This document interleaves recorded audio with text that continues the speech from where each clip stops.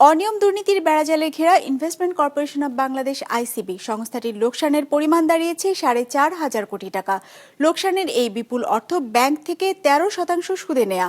শুধু তাই নয়, আইসিবির বার্ষিক প্রতিবেদনে লোকসানের তথ্য গোপনের অভিযোগ উঠেছে। সংস্থাটির চেয়ারম্যান বলছেন, বিগত 1.5 দশকের ধারাবাহিক অনিয়ম আইসিবির সক্ষমতাকে ধ্বংস করেছে। ইকরামুল ইসলাম খানের রিপোর্টে বিস্তারিত।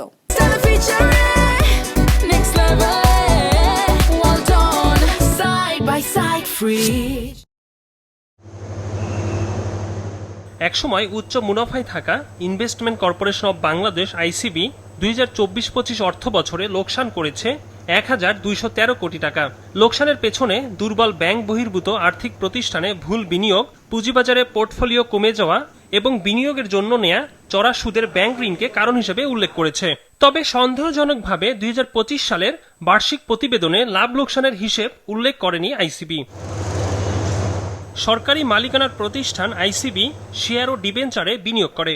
এছাড়া মিউচুয়াল ফান্ড পরিচালনা, লিজ ফাইন্যান্সিং, ব্যাংক গ্যারান্টিও প্রদান করে থাকে। অনুসন্ধান বলছে, বিগত 1 দশকে আইসিবি শেয়ার ক্রয় বিক্রয় দায়িত্বপ্রাপ্ত কর্মকর্তারা দুর্নীতিতে জড়িয়ে পড়ে।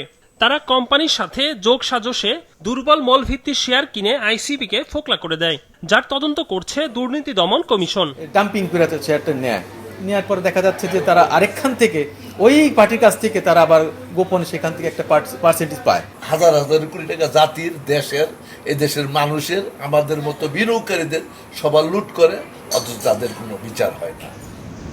হিসাব বলছে, আইসিবির বর্তমান লোকসানের পরিমাণ ঠেকেছে 4.5 কোটি টাকার বেশি, যা বিভিন্ন সরকারি বেসরকারি ব্যাংক থেকে 13% পর্যন্ত সুদে নেয়া।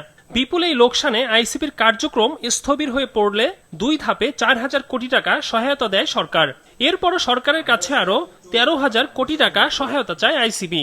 কিছু জাঙ্ক স্টকস ইন মেনি কেসে ইন কোলাবোরেশন উইথ দ্য উদ্যোক্তা, পুরা জিনিস থেকে টাকা যখন নিয়ে যায়, একটা জিনিসকে তুমি আর্টিফিশিয়ালি উপরে নিয়ে সেটা পড়বেই, এটা পড়তে বাধ্য, এটা শেয়ার বাজার ধর্ম। তো যেটার দাম 15 টাকা হওয়া উচিত সেটা 150 টাকা সাস্টেন করবে। কিন্তু কিছু লোক তো ওটাকে নিয়ে ডিমান্ড সাপ্লাইয়ের মাধ্যমে, টাকা সাপ্লাইয়ের মাধ্যমে মার্জিন লোনকে ব্যবহার করে, অপব্যবহার করে। They did it. আইসিবি সূত্র বলছে, এফডিআর সংক্রান্ত অনিয়মের কারণে 550 কোটি টাকার প্রভিশন রাখা হয়েছে, সাথে বিনিয়োগের জন্য রাখা হয়েছে আরো 200 কোটি টাকা।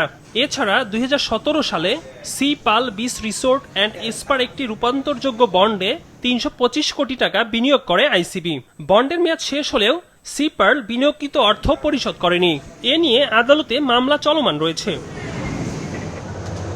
বড় লোকসান এবং লভ্যাংশ না দেওয়ার ঘোষণার পর ঢাকা স্টক এক্সচেঞ্জে আইসিবি শেয়ার দর কমে 36 টাকায় নেমে এসেছে।